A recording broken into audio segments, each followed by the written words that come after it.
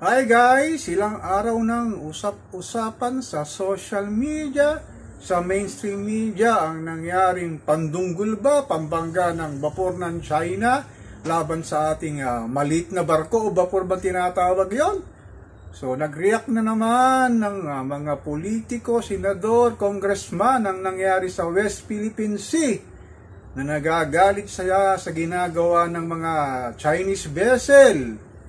Ang tanong, pag binomba ba tayo ng China, kaya ba natin lumaban sa kanila? Kita naman ninyo yung barko natin laban sa kanilang barko. Napakalit ng barko natin Ito rin ating DND secretary na mainit din. Nagkakaroon pa ng campaign sa social media. Hate China for the poor and make money for the rich. So pagka binomba ba tayo ng China, sino ang kawawa? Di ang kawawa rito si Juan Pasang Cruz na nagbabayad ng buwis para lang merong maintenance and other ordinary expenses to mga senador at kongresista natin na hindi naglalabas ng resibo kung saan nila ginastos ang buwis ni Juan Pasang Cruz, tapos magre-react sila dito laban sa China. Nakita naman natin yung nangyari sa Israel, Hamas, Palestine, at ngayon nadadamay na ang Lebanon, ang Syria, na pinauwi na yung ating mga kababayan sa Israel dahil malala na ang digmaan doon. Pati ang mga Pilipino sa Lebanon binigyan na rin ng ultimatum na magsipaghanda para sa paglikas. Ganon din ang Syria. So just in case magkaroon ng giyera dito sa ating bansa, itong mga politiko, congressman, senador na to, sigurado ako, lalabas ng Pilipinas ito at iiwanan tayo na si Juan Pasang Cruz ang lalaban sa giyera. Tsaka itong mga politiko na to, sigurado ako may mga business tie-up sa mga Chinese, nag-i-import, nag-export sa kanilang mga kanya-kanyang negosyo. Tapos kung mga bigay ng komento para bang gusto nang lumaban ng ating mga kasanduluan sa West Philippine Sea. So isipin natin mabuti kung anong mangyayari dito. Sigurado talaga na kawawa si Juan Pasang Cruz pag nagkaroon giniyera tayo ng China.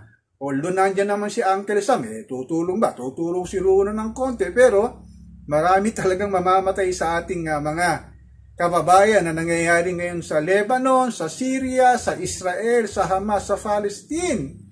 So, ano ang dapat natin gawin dito? Meron namang international tribunal para sa pwede naman nating ilapit doon for the, di ba? Sa law of the sea na bahala na sila.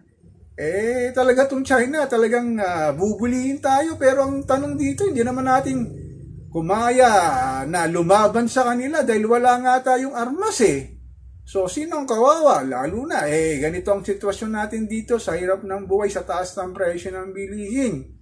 Pagka nagkagera po, magkakaleche-leche na talaga itong ating bayan ni Juan Pasang Cruz. Sana mag-isip ng mabuti itong mga politiko nang umangaw-ngaw dito sa nangyayaring sinasabi nilang pambubuli ng China. Nakita ko yung video, hindi naman, para sa pananaw ko, hindi naman ganun tumama siguro talaga binablock lang nila na wag talagang makarating yung resupply mission dun sa pupuntahan nila talagang ganun superpower ang China laban sa ating mga kasundaluhan.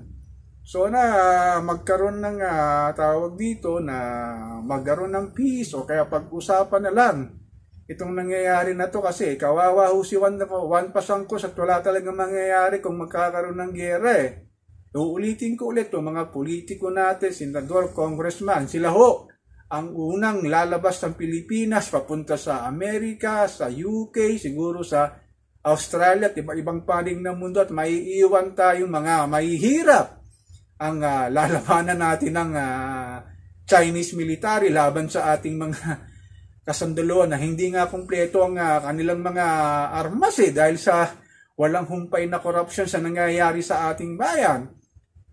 Sana si Secretary Gibo Chodoro mag-isip dito ng medyo kahinahunan at huwag talaga magsalita ng maaring mag-trigger na bigla na lang tayong bombahin ng China, lalo na dito sa Manila. Talagang marami po talaga mamamatay.